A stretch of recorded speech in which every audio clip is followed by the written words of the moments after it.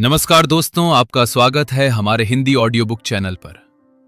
क्या आपने कभी सोचा है कि अच्छे और समझदार लोग भी किसी मुद्दे पर एक दूसरे से बिल्कुल अलग राय क्यों रखते हैं?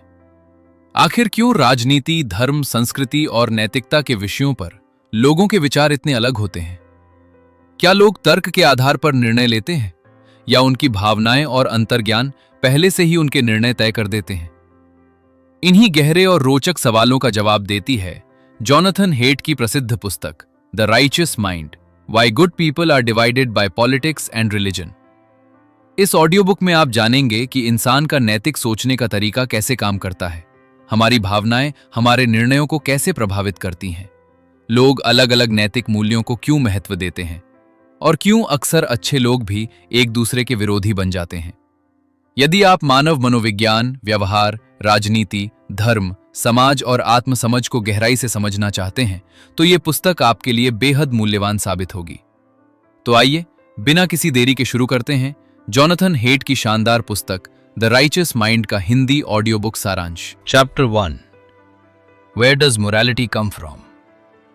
दोस्तों, जब हम इस दुनिया को देखते हैं तो हमें एक बहुत दिलचस्प बात दिखाई देती है। कुछ लोग किसी काम को सही मानते हैं जबकि वही काम दूसरे लोगों को गलत लगता है। कुछ लोग किसी विचार के लिए लड़ने तक को तैयार हो जाते हैं जबकि दूसरे लोग उसे पूरी तरह अस्वीकार कर देते हैं। सवाल यह है कि आखिर सही और गलत का यह एहसास हमारे अंदर आता कहां से है? क्या यह केवल हमारी शिक्षा का परिणाम है?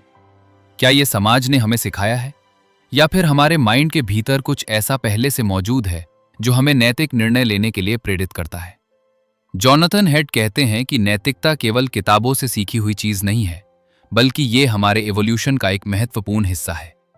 हजारों वर्षों तक इंसानों को समूहों में रहना पड़ा, एक दूसरे की सहायता करनी पड़ी और साथ मिलकर चुनौतियों का सामना करना पड़ा। इसी प्रक्रिया में हमारे अंदर ऐसे भाव विकसित हुए जिन्होंने हमें सहयोग करना सिखाया, और यही भाव आगे चलकर मोरालिटी का आधार बने। अधिकांश लोग मानते हैं कि वे हर निर्णय सोच समझकर और तर्क के आधार पर लेते हैं, लेकिन लेखक बताते हैं कि वास्तविकता इससे काफी अलग है। जब कोई नैतिक प्रश्न हमारे सामने आता है तो हमारा माइंड बहुत तेजी से प्रतिक्रिया देता है और कुछ ही क्षणों में सही या गलत का एहसास पैदा हो जाता है। बाद में हमारा दिमाग उस निर्णय को सही साबित करने के लिए तर्क खोजता है। कल्पना कीजिए कि आप किसी व्यक्ति को किसी कमजोर इंसान के साथ अन्याय करते हुए देखते हैं। उस क्षण आपके अंदर तुरंत एक भावना पैदा होती है कि यह गलत है। आपने कोई लंबी गणना नहीं की, आपने कोई गहरा विश्लेषण नहीं किया, फिर भी आपको पता चल गया कि कुछ गलत हो रहा है। यही हमारी नैतिक प्रवृत्ति की शक्ति है। लेखक बताते हैं कि मोरालिटी केवल न्याय और दया तक सीमित नहीं है। अलग अलग संस्कृतियों में लोग अलग अलग मूल्यों को महत्वपूर्ण मानते हैं। कहीं परिवार सर्वोच्च होता है, कहीं परंपरा सबसे महत्वपूर्ण होती है और कहीं व्यक्तिगत स्वतंत्रता को सबसे अधिक महत्व दिया जाता है। यही कारण है कि दुनिया भर में लोगों के नैतिक विचार अलग अलग दिखाई देते हैं। इस अध्याय का सबसे महत्वपूर्ण संदेश ये है कि हमारी नैतिकता केवल लॉजिक पर आधारित नहीं होती, बल्कि हमारी भावनाएं, हमारी प्रवृत्तियां और हमारा सामाजिक अनुभव मिलकर उसे बनाते हैं। यदि हम ये समझ लें कि हर व्यक्ति का नैतिक दृष्टिकोण अलग पृष्ठभूमि से आता है, तो हम दूसरों को बेहतर तरीके से समझ सकते हैं और जीवन में अधिक पीस, अवेयरनेस और अंडरस्टैंडिंग विकसित कर सकते हैं। यही समझ हमें बेहतर इंसान बनने की दिशा में आगे बढ़ाती है, और यही इस पुस्तक की सबसे बड़ी सीखों में से एक है। चलिए दोस्तों, अब आगे बढ़ते हैं अगले चैप्टर की ओर। Chapter 2, the intuitive dog and its rational tail. दोस्तों, इस अध्याय में जोनाथन हेट एक ऐसी बात बताते हैं जो हमारी स्वयं की समझ को पूरी तरह बदल सकती है। हम सभी ये मानना पसंद करते हैं कि हम तर्कसंगत इंसान हैं और हमारे निर्णय पूरी तरह सोच विचार के बाद लिए जाते हैं। लेकिन लेखक कहते हैं कि अधिकांश समय ऐसा नहीं होता। हमारा इंट्यूशन पहले निर्णय लेता है और हमारी रीजनिंग बाद में उसे सही साबित करने की कोशिश करती है। लेखक इस विचार को समझाने के लिए एक रोचक रूपक का उपयोग करते हैं। वे कहते हैं कि हमारा तर्क एक पूंछ की तरह है और हमारा इंट्यूशन एक कुत्ते की तरह है। आमतौर पर हम सोचते हैं कि पूंछ कुत्ते को नियंत्रित कर रही है, लेकिन वास्तविकता यह है कि कुत्ता जहां चाहे वहां जाता है और पूंछ केवल उसका अनुसरण करती है। जब हम किसी विषय पर राय बनाते हैं तो सबसे पहले हमारे अंदर एक भावनात्मक प्रतिक्रिया उत्पन्न होती है। यह प्रतिक्रिया इतनी तेज होती है कि हमें उसका एहसास भी नहीं होता। इसके बाद हमारा दिमाग कारण और तर्क खोजने लगता है ताकि हम अपने निर्णय को दूसरों के सामने उचित साबित कर सकें। मान लीजिए किसी सामाजिक मुद्दे पर आपकी एक मजबूत राय है। यदि कोई व्यक्ति आपके सामने इसके विपरीत तर्क प्रस्तुत करे तो क्या आप तुरंत अपनी राय बदल देंगे? अधिकांश मामलों में ऐसा नहीं होता, क्योंकि हमारी राय केवल तथ्यों पर आधारित नहीं होती, बल्कि हमारे भावनात्मक अनुभवों और गहरे विश्वासों पर आधारित होती है। यही कारण है कि बहसों में लोग अक्सर एक दूसरे को समझाने में असफल रहते हैं। दोनों पक्षों के पास अपने अपने तर्क होते हैं, लेकिन उनके निर्णय पहले से ही उनके इंट्यूशन द्वारा निर्धारित किए जा चुके होते हैं। इसलिए केवल लॉजिक के माध्यम से किसी का माइंड बदलना बहुत कठिन होता है। लेखक बताते हैं कि यदि हम वास्तव में किसी को समझना चाहते हैं तो हमें उसके तर्कों से पहले उसकी भावनाओं और मूल्यों को समझना होगा। जब हम किसी व्यक्ति के दृष्टिकोण के पीछे छिपी भावनाओं को समझते हैं, तभी वास्तविक संवाद संभव हो पाता है। Chapter 3 elephants rule. दोस्तों, पिछले अध्याय में हमने जाना था कि हमारा इंट्यूशन अक्सर हमारे निर्णयों को प्रभावित करता है, लेकिन इस अध्याय में जॉनथन हेट इस विचार को और भी गहराई से समझाते हैं। वे बताते हैं कि हमारे माइंड में भावनाओं और तर्क के बीच जो संबंध है, उसमें वास्तविक शक्ति भावनाओं के पास होती है। इसे समझाने के लिए वे एक प्रसिद्ध रूपक का उपयोग करते हैं, जिसमें इंट्यूशन को एक विशाल हाथी और रीजन को उसके ऊपर बैठे एक सवार के रूप में दर्शाया गया है। हम अक्सर ये मानते हैं कि सवार हाथी को नियंत्रित कर रहा है, लेकिन वास्तविकता ये है कि हाथी कहीं भी जाने का निर्णय ले सकता है और सवार केवल उसके पीछे पीछे चलता है। यही स्थिति हमारे जीवन में भी दिखाई देती है। जब हम कोई निर्णय लेते हैं तो पहले हमारी भावनाएं प्रतिक्रिया देती हैं और बाद में हमारा तर्क उस निर्णय को सही ठहराने की कोशिश करता है। यही कारण है कि कई बार हम जानते हैं कि कोई आदत हमारे लिए अच्छी नहीं है, फिर भी उसे छोड़ नहीं पाते, क्योंकि हमारा भावनात्मक हाथी हमारी तर्क शक्ति से अधिक शक्तिशाली होता है। लेखक बताते हैं कि यदि हम अपने जीवन में वास्तविक परिवर्तन लाना चाहते हैं तो केवल लॉजिक पर्याप्त नहीं है, हमें अपने भावनात्मक पक्ष को भी समझना होगा। जब तक हाथी तैयार नहीं होगा तब तक सवार कुछ नहीं कर पाएगा। इसलिए सक्सेस, ग्रोथ, हैप्पीनेस और डिसिप्लिन केवल जानकारी से नहीं आते, बल्कि सही भावनात्मक दिशा से आते हैं। जो व्यक्ति अपने इंट्यूशन और भावनाओं को समझ लेता है, वो अपने व्यवहार को बेहतर तरीके से नियंत्रित कर सकता है और अपने जीवन में अधिक संतुलन और पीस प्राप्त कर सकता है। यही इस अध्याय का सबसे महत्वपूर्ण संदेश है कि इंसान केवल सोचने वाला प्राणी नहीं है, बल्कि महसूस करने वाला प्राणी भी है, और अक्सर हमारी भावनाएं ही हमारे जीवन की दिशा तय करती हैं। चलिए दोस्तों, अब आगे बढ़ते हैं अगले चैप्टर की ओर। Chapter 4 vote for me, here's why. दोस्तों, इस अध्याय में जॉनथन हेट बताते हैं कि जब लोग किसी विषय पर अपनी राय बनाते हैं तो वे अक्सर ये सोचते हैं कि उनका निर्णय पूरी तरह तर्क और तथ्यों पर आधारित है, लेकिन वास्तविकता इससे अलग होती है। लेखक कहते हैं कि हमारा माइंड एक कुशल वकील की तरह काम करता है, जो पहले से लिए गए निर्णय का बचाव करने के लिए तर्क खोजता है, न कि एक निष्पक्ष न्यायाधीश की तरह जो हर पक्ष को समान रूप से सुनता है। जब हम किसी विचार, किसी नेता, किसी समूह या किसी विश्वास से जुड़ जाते हैं, तब हमारा दिमाग उन बातों को अधिक महत्व देने लगता है जो हमारे विचारों का समर्थन करती हैं, और उन तथ्यों को नजरअंदाज करने लगता है जो उनसे मेल नहीं खाते। यही कारण है कि राजनीतिक बहसों में या सामाजिक मुद्दों पर लोग एक ही जानकारी को देखकर अलग अलग निष्कर्ष निकाल लेते हैं। लेखक बताते हैं कि हमारा रीजनिंग सिस्टम अक्सर सत्य खोजने के लिए नहीं, बल्कि अपनी प्रतिष्ठा और अपने समूह की रक्षा करने के लिए काम करता है। हम दूसरों को प्रभावित करने और अपने विचारों को सही साबित करने में अधिक ऊर्जा लगाते हैं। इसलिए कई बार बहस का उद्देश्य समझना नहीं, बल्कि जीतना बन जाता है। इस अध्याय की सबसे बड़ी सीख ये है कि यदि हम वास्तव में बुद्धिमान बनना चाहते हैं तो हमें अपने विचारों को चुनौती देने की आदत विकसित करनी होगी।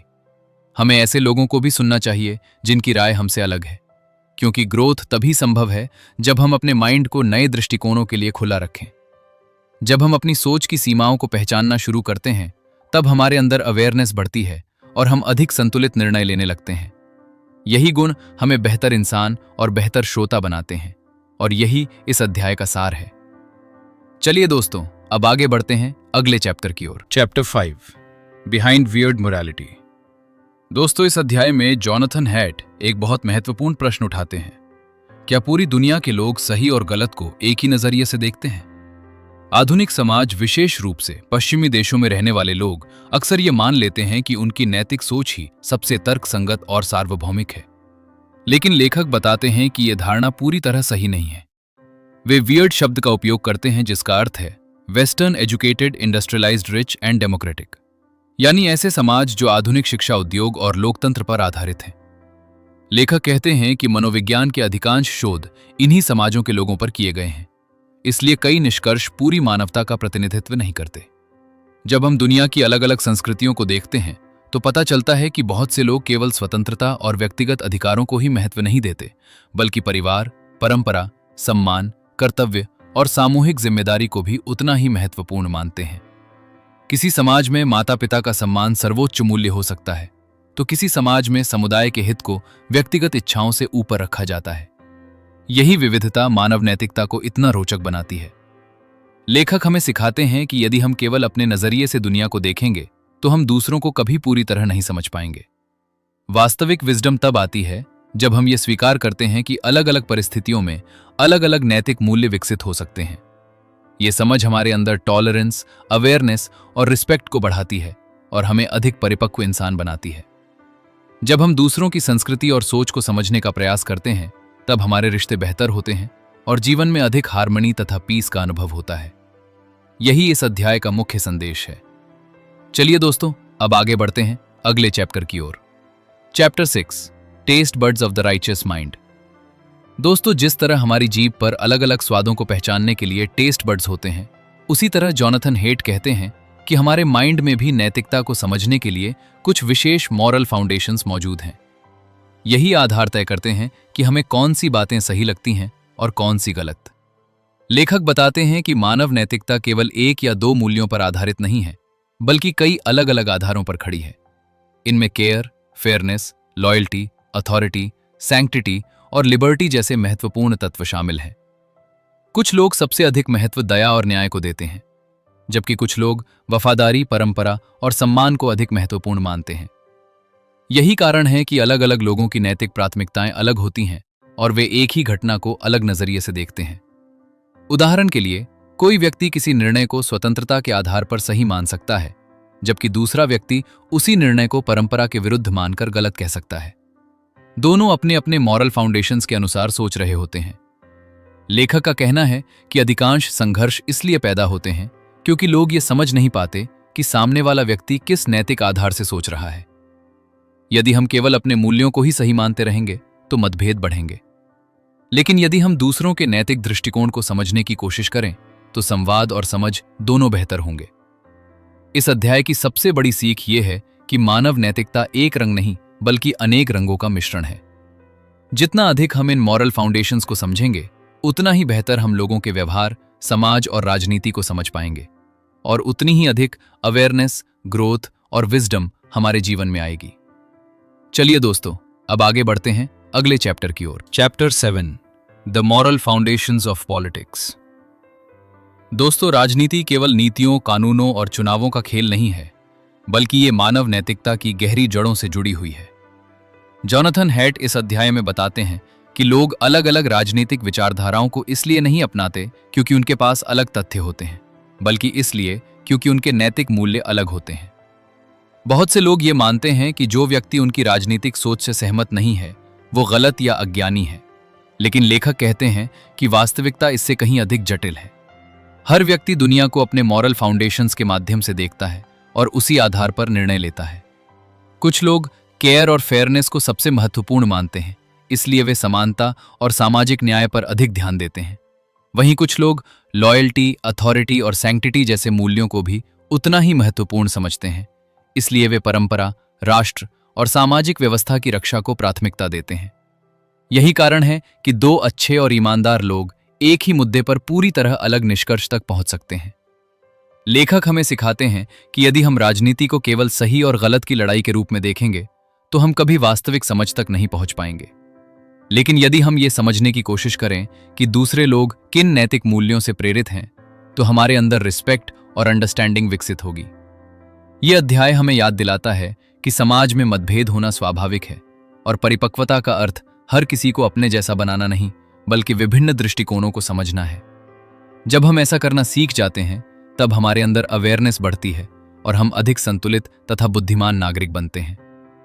चलिए दोस्तों, अब आगे बढ़ते हैं अगले चैप्टर की ओर। Chapter 8, the conservative advantage.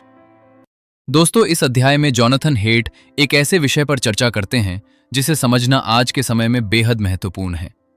लेखक बताते हैं कि कई बार उदारवादी और रूढ़िवादी विचारधाराओं के बीच होने वाली बहस में लोग एक दूसरे को समझने के बजाय केवल आलोचना करते हैं। लेकिन यदि हम वास्तव में समाज को समझना चाहते हैं तो हमें दोनों पक्षों की ताकतों को पहचानना होगा। लेखक के अनुसार रूढ़िवादी सोच की एक विशेषता यह है कि वो मानव नैतिकता के अधिक व्यापक आधारों को संबोधित करती है। जहां कुछ लोग मुख्य रूप से केयर और फेयरनेस पर ध्यान देते हैं, वहीं रूढ़िवादी दृष्टिकोण लॉयल्टी, अथॉरिटी और सैंक्टिटी को भी महत्वपूर्ण मानता है। यही कारण है कि ये सोच बहुत से लोगों के साथ भावनात्मक स्तर पर जुड़ जाती है। लेखक ये नहीं कहते कि कोई एक विचारधारा पूरी तरह सही है, बल्कि वे यह समझाने की कोशिश करते हैं कि हर दृष्टिकोण के पीछे कुछ महत्वपूर्ण मानवीय जरूरतें छिपी होती हैं। समाज को केवल परिवर्तन की आवश्यकता नहीं होती, बल्कि स्थिरता और व्यवस्था की भी आवश्यकता होती है। इसी प्रकार परंपराएं केवल पुराने विचार नहीं होती, बल्कि कई बार वे पीढ़ियों के अनुभवों का परिणाम होती हैं। इस अध्याय की सबसे बड़ी सीख ये है कि बुद्धिमानी किसी एक पक्ष को चुनने में नहीं, बल्कि विभिन्न दृष्टिकोणों के मूल्य को समझने में है। जब हम दूसरों की सोच को सुनते हैं और उसके पीछे के नैतिक आधारों को समझते हैं, तब हमारा माइंड अधिक खुला बनता है और हम बेहतर निर्णय लेने में सक्षम होते हैं। यही अंडरस्टैंडिंग, हार्मनी, ग्रोथ और सामाजिक संतुलन की नींव है। चलिए दोस्तों, अब आगे बढ़ते हैं अगले चैप्टर की ओर। चैप्टर 9, व्हाई आर वी सो ग्रुपिश। दोस्तों, इंसान खुद को एक स्वतंत्र और व्यक्तिगत प्राणी मानता है, लेकिन जॉनथन हेट इस अध्याय में बताते हैं कि हमारी प्रकृति का एक बड़ा हिस्सा समूहों से जुड़ा हुआ है। हजारों वर्षों तक हमारे पूर्वज अकेले नहीं बल्कि समूहों में रहते थे, साथ मिलकर शिकार करते थे, एक दूसरे की रक्षा करते थे और सामूहिक रूप से चुनौतियों का सामना करते थे। इसी कारण हमारे माइंड में समूह का हिस्सा बनने की एक गहरी प्रवृत्ति विकसित हुई। आज भी हम परिवार, समाज, धर्म, राष्ट्र और विभिन्न समुदायों के साथ अपनी पहचान जोड़ते हैं, क्योंकि समूह हमें सुरक्षा, उद्देश्य और अपनापन प्रदान करते हैं। लेखक बताते हैं कि हमारी सफलता का एक बड़ा कारण केवल हमारी बुद्धिमत्ता नहीं, बल्कि हमारी सहयोग करने की क्षमता भी है। जब लोग किसी साझा लक्ष्य के लिए एकजुट होते हैं तो वे अकेले व्यक्ति की तुलना में कहीं अधिक शक्तिशाली बन जाते हैं। लेकिन यही समूह भावना कई बार समस्याओं का कारण भी बनती है। जब हम अपने समूह के प्रति अत्यधिक वफादार हो जाते हैं, तब हम दूसरे समूहों को संदेह या विरोध की दृष्टि से देखने लगते हैं। यही कारण है कि इतिहास में अनेक संघर्ष केवल विचारों के कारण नहीं, बल्कि समूहों की पहचान के कारण हुए हैं। लेखक हमें सिखाते हैं कि समूह से जुड़ना मानव स्वभाव का हिस्सा है, लेकिन हमें यह भी याद रखना चाहिए कि हर समूह के बाहर भी इंसान हैं जिनकी भावनाएं और सपने हमारे जैसे ही हैं। जब हम अपनी पहचान को केवल एक समूह तक सीमित नहीं रखते, तब हमारे अंदर कंपैशन, अवेयरनेस और अंडरस्टैंडिंग बढ़ती है और हम अधिक संतुलित जीवन जी पाते हैं। यही इस अध्याय का सबसे महत्वपूर्ण संदेश है कि समूह हमारी शक्ति भी हैं और हमारी चुनौती भी। इसलिए हमें दोनों पक्षों को समझना सीखना चाहिए। चलिए दोस्तों, अब आगे बढ़ते हैं अगले चैप्टर की ओर। Chapter 10, the hive switch. दोस्तों, इस अध्याय में जॉनथन हेट मानव स्वभाव के एक अद्भुत रहस्य को उजागर करते हैं। वे बताते हैं कि हमारे अंदर केवल स्वार्थी और व्यक्तिगत पक्ष ही नहीं है, बल्कि एक ऐसा पक्ष भी मौजूद है जो हमें अपने आप से ऊपर उठकर किसी बड़े उद्देश्य का हिस्सा बनने के लिए प्रेरित करता है। लेखक इसे हाइव स्विच कहते हैं। जैसे मधुमक्खियां अपने व्यक्तिगत हित से ऊपर उठकर पूरे छत्ते के लिए काम करती हैं, वैसे ही इंसानों के अंदर भी एक विशेष क्षमता होती है जो उन्हें समूह के लिए समर्पित होने की प्रेरणा देती है। जब लोग किसी महान उद्देश्य, किसी आंदोलन, किसी धार्मिक अनुभव, किसी राष्ट्र या किसी सामूहिक लक्ष्य से जुड़ते हैं, तब वे अपने व्यक्तिगत हितों को कुछ समय के लिए भूल सकते हैं और स्वयं से बड़े किसी उद्देश्य में खो जाते हैं। यही अनुभव लोगों को गहरी मीनिंग, हैप्पीनेस और कनेक्शन का एहसास कराता है। लेखक बताते हैं कि जीवन के सबसे प्रेरणादायक क्षण अक्सर वही होते हैं जब हम केवल अपने बारे में नहीं सोच रहे होते, बल्कि किसी बड़े उद्देश्य का हिस्सा बन जाते हैं। चाहे वो किसी टीम की जीत हो, किसी सामाजिक सेवा का कार्य हो या किसी आध्यात्मिक अनुभव का क्षण हो। ऐसे समय में हमें एक अलग प्रकार की ऊर्जा और संतुष्टि महसूस होती है। लेकिन लेखक ये भी चेतावनी देते हैं कि यही शक्ति कभी कभी लोगों को अंधभक्ति और कट्टरता की ओर भी ले जा सकती है। इसलिए हाइव स्विच को समझदारी और अवेयरनेस के साथ संतुलित करना आवश्यक है। इस अध्याय की सबसे बड़ी सीख ये है कि सच्ची खुशी केवल व्यक्तिगत उपलब्धियों में नहीं, बल्कि दूसरों के साथ जुड़ने और किसी बड़े उद्देश्य में योगदान देने में भी छिपी होती है। जब हम अपने जीवन को केवल स्वयं तक सीमित नहीं रखते, तब हमें अधिक पर्पस, पीस, ग्रोथ और फुलफिलमेंट का अनुभव होता है। और यही मानव जीवन की सबसे गहरी सच्चाइयों में से एक है। चलिए दोस्तों, अब आगे बढ़ते हैं अगले चैप्टर की ओर। Chapter 11, religion is a team sport. दोस्तों, धर्म को अक्सर लोग केवल आस्था और ईश्वर से जोड़कर देखते हैं, लेकिन जॉनथन हाइट इस अध्याय में बताते हैं कि धर्म का एक महत्वपूर्ण सामाजिक पक्ष भी है। धर्म केवल व्यक्तिगत विश्वास नहीं, बल्कि लोगों को एक साथ जोड़ने वाली एक शक्तिशाली व्यवस्था भी है। इतिहास को देखें तो पाएंगे कि धर्म ने लाखों लोगों को एक साझा पहचान दी है, उन्हें सहयोग करना सिखाया है और कठिन समय में एक दूसरे के साथ खड़े रहने की प्रेरणा दी है। लेखक बताते हैं कि धार्मिक परंपराएं, अनुष्ठान और सामूहिक प्रार्थनाएं केवल आध्यात्मिक गतिविधियां नहीं हैं, बल्कि वे लोगों के बीच विश्वास और एकता को मजबूत करने का काम भी करती हैं। जब लोग किसी साझा विश्वास से जुड़ते हैं, तो उनके बीच सहयोग की भावना बढ़ती है और वे एक बड़े परिवार की तरह महसूस करने लगते हैं। यही कारण है कि धर्म ने हजारों वर्षों तक समाजों को संगठित रखने में महत्वपूर्ण भूमिका निभाई है। लेखक ये भी स्पष्ट करते हैं कि धर्म को केवल अंधविश्वास कहकर खारिज कर देना मानव व्यवहार को समझने की दृष्टि से अधूरा दृष्टिकोण है, क्योंकि धर्म ने लोगों को मीनिंग, पर्पस और बिलोंगिंग का अनुभव दिया है। हालांकि धर्म की शक्ति का एक दूसरा पक्ष भी है। जब लोग अपने समूह के प्रति अत्यधिक जुड़ाव महसूस करते हैं, तो वे कभी कभी दूसरे समूह के प्रति असहिष्णु भी हो सकते हैं। इसलिए धर्म की सकारात्मक शक्ति को समझते हुए संतुलन बनाए रखना आवश्यक है। इस अध्याय की सबसे बड़ी सीख ये है कि इंसान केवल तर्क से नहीं जीता, उसे संबंध, उद्देश्य और समुदाय की भी आवश्यकता होती है, और धर्म ने लंबे समय तक इस आवश्यकता को पूरा किया है। जब हम इस तथ्य को समझते हैं, तब हमारे अंदर अधिक रिस्पेक्ट, अवेयरनेस और अंडरस्टैंडिंग विकसित होती है। चलिए दोस्तों, अब आगे बढ़ते हैं अगले चैप्टर की ओर। Chapter 12, can't we all disagree more constructively. दोस्तों, ये इस पुस्तक का अंतिम अध्याय है और इसमें जॉनथन हाइट एक ऐसा प्रश्न पूछते हैं जो आज की दुनिया के लिए बेहद महत्वपूर्ण है। क्या हम असहमति के बावजूद बेहतर तरीके से साथ रह सकते हैं? क्या हम बिना झगड़े और कटुता के अलग विचारों को स्वीकार कर सकते हैं? लेखक कहते हैं कि अधिकांश संघर्ष इसलिए नहीं होते क्योंकि लोग बुरे होते हैं, बल्कि इसलिए होते हैं क्योंकि वे दुनिया को अलग नैतिक दृष्टिकोण से देखते हैं। हर व्यक्ति अपने अनुभवों, मूल्यों और इंट्यूशन के आधार पर अपनी सच्चाई बनाता है। इसलिए जब दो लोग किसी विषय पर असहमत होते हैं, तो इसका अर्थ ये नहीं कि उनमें से एक अवश्य गलत है। लेखक हमें सिखाते हैं कि वास्तविक बुद्धिमानी बहस जीतने में नहीं, बल्कि समझ बढ़ाने में है। यदि हम पहले सुनना सीख जाएं और ये समझने की कोशिश करें कि सामने वाला व्यक्ति किस कारण से ऐसा सोच रहा है, तो संवाद कहीं अधिक सार्थक बन सकता है। इस प्रक्रिया में हमें अपनी सीमाओं को भी स्वीकार करना होगा, क्योंकि हमारा माइंड हमेशा निष्पक्ष नहीं होता और कई बार हम भी अपने पूर्वाग्रहों से प्रभावित होते हैं। लेखक बताते हैं कि इंटेलेक्चुअल ह्यूमिलिटी, यानी अपनी समझ की सीमाओं को स्वीकार करना, एक महान गुण है। जब हम ये मान लेते हैं कि हमें सब कुछ नहीं पता, तब हम सीखने के लिए खुले हो जाते हैं। यही खुलापन ग्रोथ, विजडम और हार्मनी की नींव है। इस पूरी पुस्तक का सार यही है कि लोग अलग हैं, लेकिन वे शत्रु नहीं हैं। उनके नैतिक आधार अलग हो सकते हैं, लेकिन उनके इरादे अक्सर अच्छे होते हैं। जब हम इस सच्चाई को समझ लेते हैं, तब हमारे रिश्ते बेहतर होते हैं, समाज अधिक शांतिपूर्ण बनता है और हम स्वयं भी अधिक पीस, हैप्पीनेस और अंडरस्टैंडिंग का अनुभव करते हैं। यही द राइचियस माइंड की सबसे मूल्यवान सीख है। दोस्तों, आज हमने जॉनथन हाइट की अद्भुत पुस्तक द राइचियस माइंड की गहराइयों में यात्रा की और यह समझने की कोशिश की कि आखिर इंसान सही और गलत का निर्णय कैसे लेता है। हमने जाना कि हमारा माइंड केवल तर्क से नहीं चलता, बल्कि हमारी भावनाएं, हमारा इंट्यूशन, हमारे अनुभव और हमारी सामाजिक पहचान भी हमारे निर्णयों को गहराई से प्रभावित करते हैं।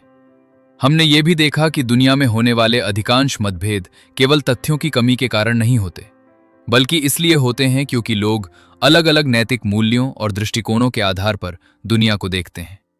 इस पुस्तक की सबसे बड़ी सीख ये है कि अधिकांश लोग बुरे नहीं होते, वे केवल अलग तरीके से सोचते हैं। जब हम किसी व्यक्ति को समझने की कोशिश किए बिना केवल उसका विरोध करते हैं, तब हम दूरी पैदा करते हैं। लेकिन जब हम उसके दृष्टिकोण के पीछे छिपे हुए मूल्यों और भावनाओं को समझने का प्रयास करते हैं, तब हमारे अंदर वास्तविक समझ विकसित होती है। यही समझ रिश्तों को मजबूत बनाती है, समाज को बेहतर बनाती है और हमें अधिक परिपक्व इंसान बनाती है। आज की दुनिया में जहां हर तरफ विचारों का टकराव दिखाई देता है, जहां लोग राजनीति, धर्म, संस्कृति और जीवन के अनेक विषयों पर एक दूसरे से असहमत हैं, वहां यह पुस्तक हमें एक अनमोल संदेश देती है कि हमें केवल बोलना नहीं बल्कि सुनना भी सीखना चाहिए। केवल प्रतिक्रिया देना नहीं बल्कि समझना भी सीखना चाहिए, क्योंकि सच्ची बुद्धिमानी अपने विचारों को दूसरों पर थोपने में नहीं बल्कि विभिन्न दृष्टिकोणों को समझने में है। याद रखिए, जब हम ये स्वीकार कर लेते हैं कि हमारा माइंड हमेशा पूरी तरह निष्पक्ष नहीं होता, तब हमारे अंदर विनम्रता जन्म लेती है और यही विनम्रता हमें सीखने के लिए तैयार करती है। जो व्यक्ति सीखना बंद कर देता है, उसकी ग्रोथ रुक जाती है। लेकिन जो व्यक्ति हर दिन अपने विचारों को चुनौती देता है और नए दृष्टिकोणों को अपनाने का साहस रखता है, वही वास्तविक विजडम के मार्ग पर आगे बढ़ता है। इस पुस्तक ने हमें यह भी सिखाया कि हैप्पीनेस केवल व्यक्तिगत सफलता में नहीं है, बल्कि दूसरों के साथ जुड़ने में है। पर्पस केवल अपने लिए जीने में नहीं, बल्कि किसी बड़े उद्देश्य का हिस्सा बनने में है। और पीस केवल बाहरी परिस्थितियों से नहीं, बल्कि अपने भीतर अंडरस्टैंडिंग विकसित करने से आती है। जब हम लोगों को दुश्मन की तरह देखने के बजाय इंसान की तरह देखना शुरू करते हैं, तब हमारे जीवन में करुणा, सम्मान और संतुलन बढ़ने लगता है। तो दोस्तों, आशा है कि द राइटियस माइंड की यह यात्रा आपके लिए ज्ञानवर्धक, प्रेरणादायक और जीवन बदलने वाली रही होगी। यदि आपने इस पुस्तक से एक भी ऐसी सीख प्राप्त की है जो आपके सोचने का तरीका बदल सकती है, तो इसे अपने जीवन में जरूर अपनाइए, क्योंकि ज्ञान का वास्तविक मूल्य केवल उसे सुनने में नहीं, बल्कि उसे जीने में है। आपका बहुमूल्य समय देने के लिए धन्यवाद। यदि आपको यह हिंदी ऑडियो बुक पसंद आई हो, तो इसे अपने मित्रों और परिवार के साथ अवश्य साझा करें, ताकि अधिक से अधिक लोग इस महत्वपूर्ण ज्ञान का लाभ उठा सकें। मिलते हैं एक और शानदार पुस्तक और एक नई सीख के साथ। तब तक सीखते रहिए, आगे बढ़ते रहिए, अपने माइंड को विकसित करते रहिए और अपने जीवन को बेहतर बनाते रहिए। धन्यवाद।